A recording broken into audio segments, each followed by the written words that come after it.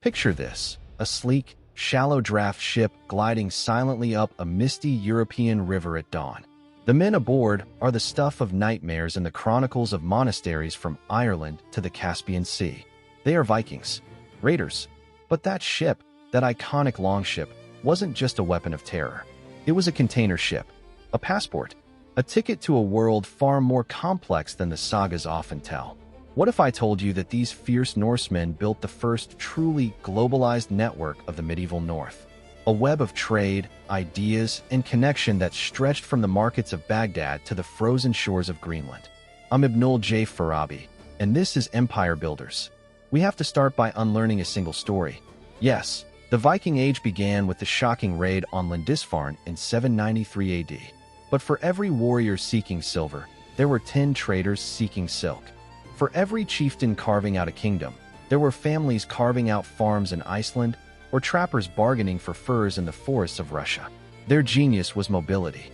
Their longships could cross open oceans, but also navigate rivers mere feet deep, allowing them to penetrate the heart of continents. They turned the waterways of Europe and Asia into their highways. And that's how we get to the true empire, a network of trade routes. Follow the Eastern Path. Swedish Vikings, the Rus, ventured down the great rivers of what is now Russia and Ukraine. They portaged their ships between river systems, reaching the Volga and the Dnieper. Their goal? The wealth of the Byzantine Empire and the Abbasid Caliphate.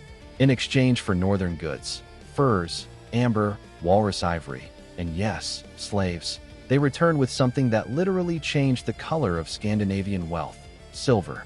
Millions of Islamic dirhams have been found in hoards across Sweden and Gotland. It was the hard currency of a vast economic zone. They didn't just raid Constantinople, they served as its elite Varangian guard. They didn't just fear the caliphate, they drank from its silver cups, measured wealth with its coins, and its astronomy may have even guided their voyages. Now look west.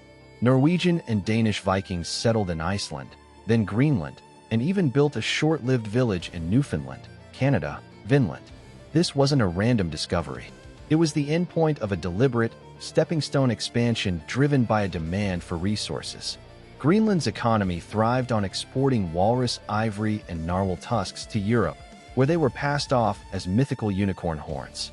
The settlement in Newfoundland, Lance aux Meadows, was less a colony and more a seasonal camp for repairing ships and gathering valuable timber to take back to treeless Greenland. It was a remote node in a transatlantic supply chain. This network moved more than goods. It moved people and ideas.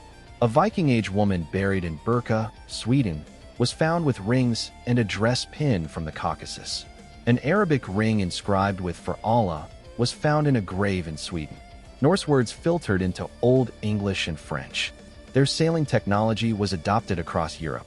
And perhaps most profoundly, their exposure to the centralized kingdoms and rich cultures of Christendom and the Islamic world fundamentally changed Scandinavia itself.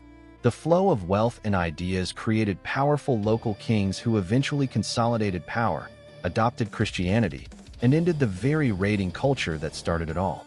The network, in a way, civilized its creators. It's a powerful reminder that connection shapes civilization as much as conquest does. The Vikings weren't just destroyers of empires. They were builders of a system, a resilient, far-flung web of exchange that made the North part of a wider world. They remind me of the digital networks of today, connecting remote nodes, creating new markets, and transforming cultures in the process.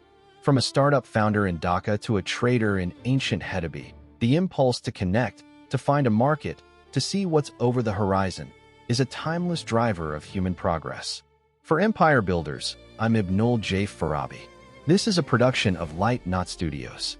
Find our full archive of stories about the rise and fall of civilizations at https://www.lightnotstudios.com. Thank you for listening.